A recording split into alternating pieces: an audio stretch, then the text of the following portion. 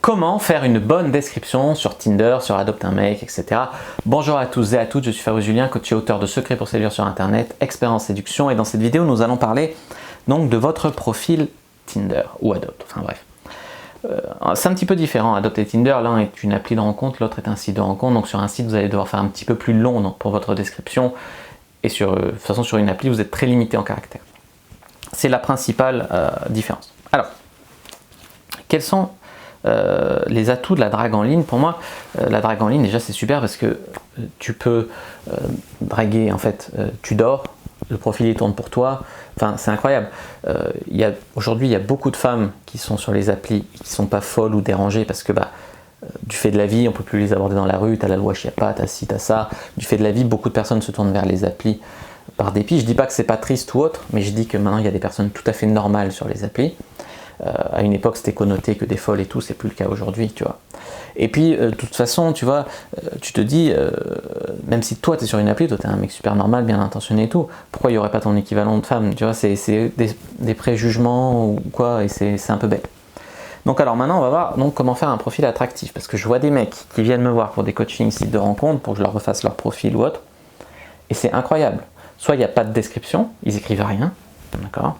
Soit les photos c'est que des selfies torse nu dans la salle de bain hyper musclés et tout, ok, mais ça fait vraiment kéké, des regards que des selfies et tout, ça va pas du tout. On va parler ici des photos et de la description. Alors vous devez bien comprendre déjà qu'il y a un lien entre la drague en ligne et le marketing, tu vois. Votre profil c'est comme une page de vente et à la fin vous devez donner envie à la fille de vous acheter, de vous mettre dans son panier, etc. Donc il y a peut-être mieux que vous sur les sites de rencontres, en tout cas il y a mieux que moi, j'en suis sûr. Et pourtant, je chope plus que 80% des mecs. C'est incroyable ce que je chope avec ça. Donc, ça veut dire quoi? Ça veut dire que je me vends simplement mieux qu'eux. Ça veut dire qu'il y a mieux, mais s'ils se vendent moins bien, ça sert à rien. Vous devez apprendre à bien vous vendre, de toute façon. Vous n'y échapperez pas. Il y a des études qui ont montré que, bon, certes, pour une fille, les filles sont hyper exigeantes sur le site de rencontre, les filles like beaucoup moins que les mecs, la fille la plus moche du site a autant de matchs que le mec le plus beau. C'est vrai, c'est des études OkCupid, je les ai vues, elles sont absolument vraies. Maintenant, ça ne veut pas dire que tu n'as rien à en tirer. C'est pas parce qu'il y a une injustice. De toute façon, il y a une injustice partout dans les rapports hommes-femmes. Tu sors draguer en boîte, elle paye pas, toi oui, enfin, c'est pareil. À part dans la drague de rue où peut-être on est à égalité, encore tu risques une amende, pas forcément elle, tu vois. Il y a partout une inégalité. Donc à partir de là, vois là où elle est la moins grande et là où tu peux tirer ton épingle du jeu sans trop d'efforts. Moi je sais que voilà, on peut faire beaucoup avec le gratuit déjà sur les sites et applis de rencontre, avec le payant encore plus.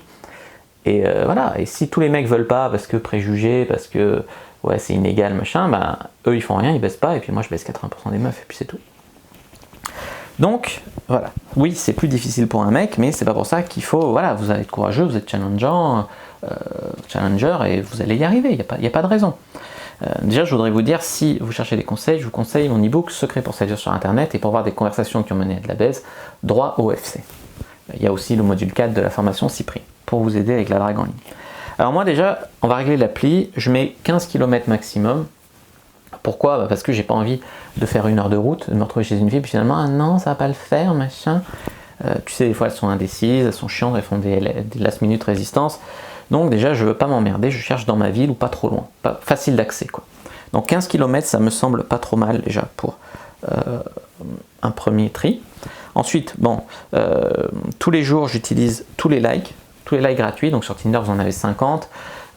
Donc utilise tout, il faut être actif sur ces applis, il y a un algorithme et tout, si tu n'es pas actif ça va être tous les jours, je sais pas, tu es sur tes chiottes le soir, tu utilises tous tes likes, voilà.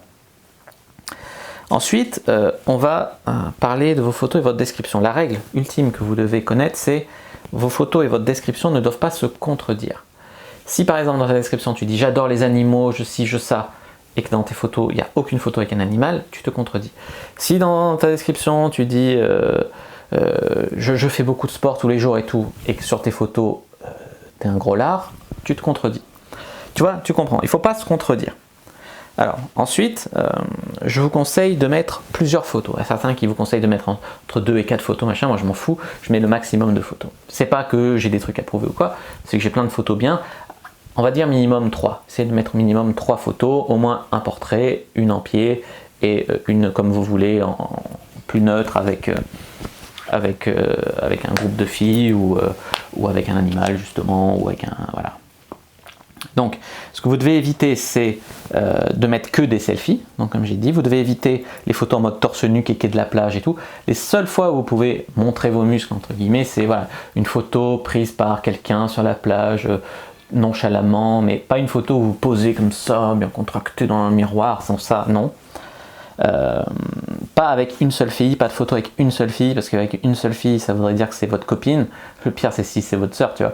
Mais non, si vous commencez à mettre des photos avec une fille, il faut mettre au moins 2 filles différentes pour jouer sur la présélection, tu vois.